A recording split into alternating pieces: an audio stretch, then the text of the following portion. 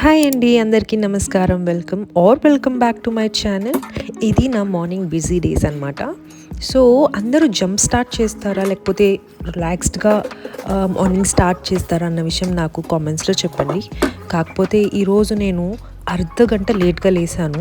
So multi tasking చేయాల్సి వచ్చిందనమాట. యూజువల్గా 6కి 5:30కి అట్లా లేస్తాను.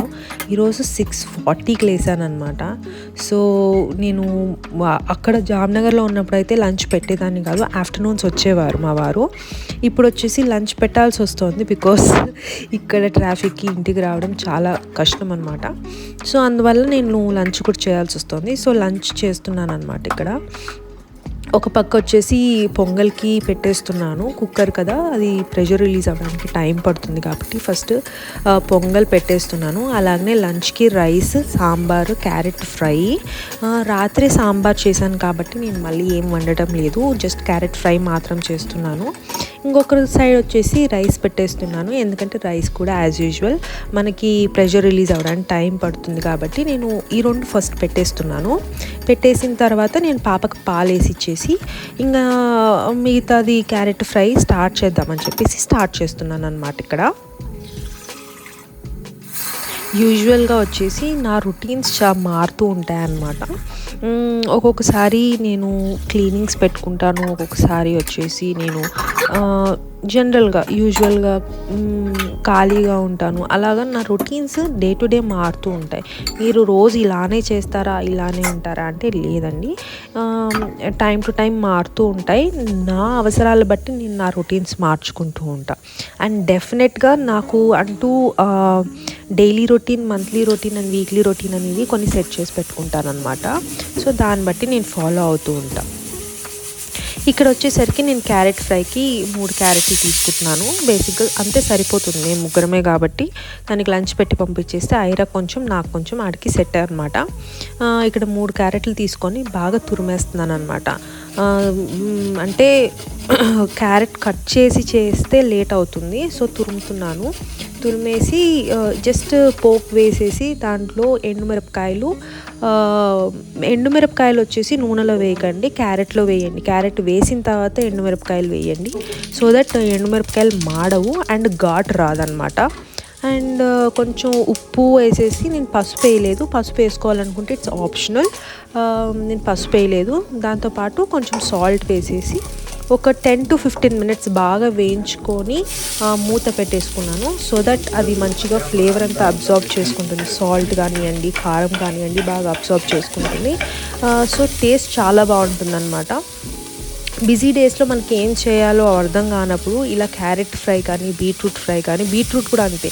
బీట్రూట్ని కూడా తురిమేసి సేమ్ ప్రొసీజర్, కాకపోతే బీట్రూట్ వాడతాము. ఇలానే చేసుకుంటే కనుక చాలా బాగుంటుంది. ఐరా స్కూల్కి వెళ్ళిపోయింది, ఇంకా మా వారు కూడా ఆఫీస్కి వెళ్ళిపోయారు.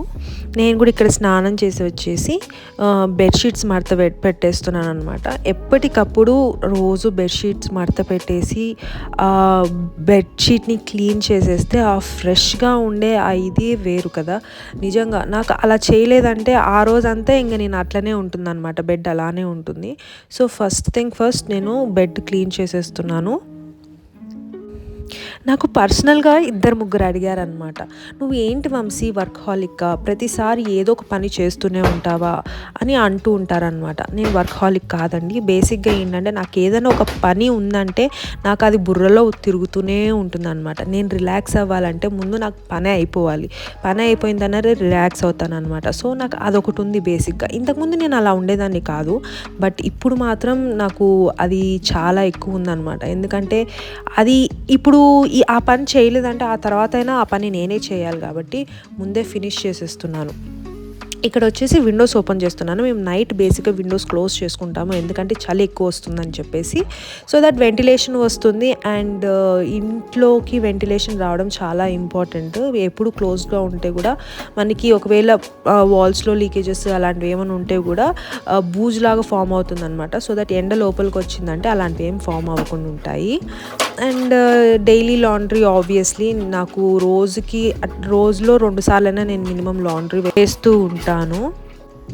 ఇక్కడికి వచ్చేసరికి నేను ఇంకా డస్టింగ్ స్టార్ట్ చేశాను అనమాట. డస్టింగ్ అయితే రోజు చేస్తాను, లేదు ఇంకా కుదరలేదు అంటే రోజు మార్చి రోజైనా సరే రోజు చేస్తాను.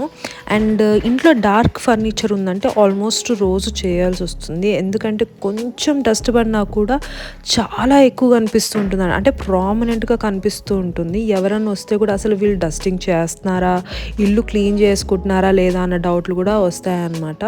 అందుకని చెప్పేసి నేను రోజు చేస్తూ ఉంటాను. అండ్ రెండోది ఐరా ఎక్కువ ఈ ప్లేస్లో ఆడుతూ ఉంటుందన్నమాట. సో అందుకని చెప్పి మోస్ట్లీ నేను రోజు చేయడానికే ట్రై చేస్తూ ఉంటాను. అలాగే ఇక్కడ పనుల పని ఒకసారి టీవీ కూడా తుడిచేస్తున్నాను నీట్గా. అండ్ నేను టీవీకి ఇలాగా నా కాటన్ చున్నీ ఒకటి ఉందన్నమాట, దాన్ని ఇలా వేస్తున్నాను సో దట్ డస్ట్ ఉండదు. నా కూతురు టీవీ చూసినప్పుడు అంతా టీవీ టీవీ అని అడుగుతూ ఉంటుంది, అది అవాయిడ్ చేయడానికి కూడా నాకు ఈజీ అవుతుంది. అండ్ చెప్పా కదా డార్క్ ఫర్నిచర్స్ని ఎప్పుడు డస్టింగ్ చేసుకుంటూ ఉండాలి. సో అలానే సోఫాస్ని కూడా కొంచెం డస్టింగ్ చేసేస్తున్నాను ఇక్కడ.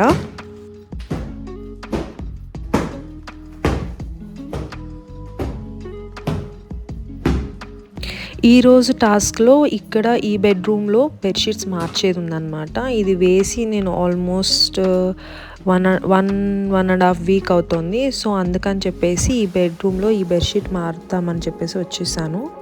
ఒకసారి బెడ్షీట్ తీసేసిన తర్వాత నేను బెడ్ మీద కూడా దులుపుతానమాట, సో దట్ దాని మీద ఏమన్నా డస్ట్ కానీ అలాంటి అక్యుములేట్ అయ్యి ఉంటే వచ్చేస్తుందని చెప్పేసి. అబ్బా ఇంత బాగా ఫ్రెష్ బెడ్షీట్ వేస్తే దాన్ని చూస్తే నాకు పడుకోబుద్ధి అవుతుంది. ఎంత మంచి నిద్ర వస్తుందో ఇలా ఫ్రెష్ బెడ్షీట్ ఉంటే. అండ్ అది అయిపోయింది, ఇంకా నేను చెత్త ఊడడానికి వచ్చానమాట. చాలాసార్లు అనిపిస్తుంది ఒళ్ళు బరువు అయినప్పుడు ఏమనిపిస్తుంది అంటే పని మనిషిని పెట్టుకుందాం కదా చెత్త ఊడడానికి మాప్ వేయడానికి అని అనిపిస్తుంది. కానీ ఈ చెత్త ఊడవడం మాప్ వేయడం అనేది చాలా మంచి ఎక్సర్సైజ్. కాకపోతే నేను మాప్ స్టిక్తో వేస్తున్నాను, కింద కూర్చొని వేస్తే ఇంకా మంచిదన్నమాట.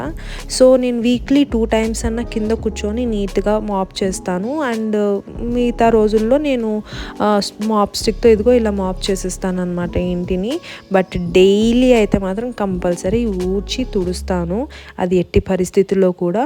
ఎప్పుడైనా హెల్త్ బాగాలేకపోతే తప్ప మిగతా టైంలో అంతా రోజు చేసే టాస్క్స్ మాత్రం కంపల్సరీ కంప్లీట్ చేసేస్తాను అనమాట.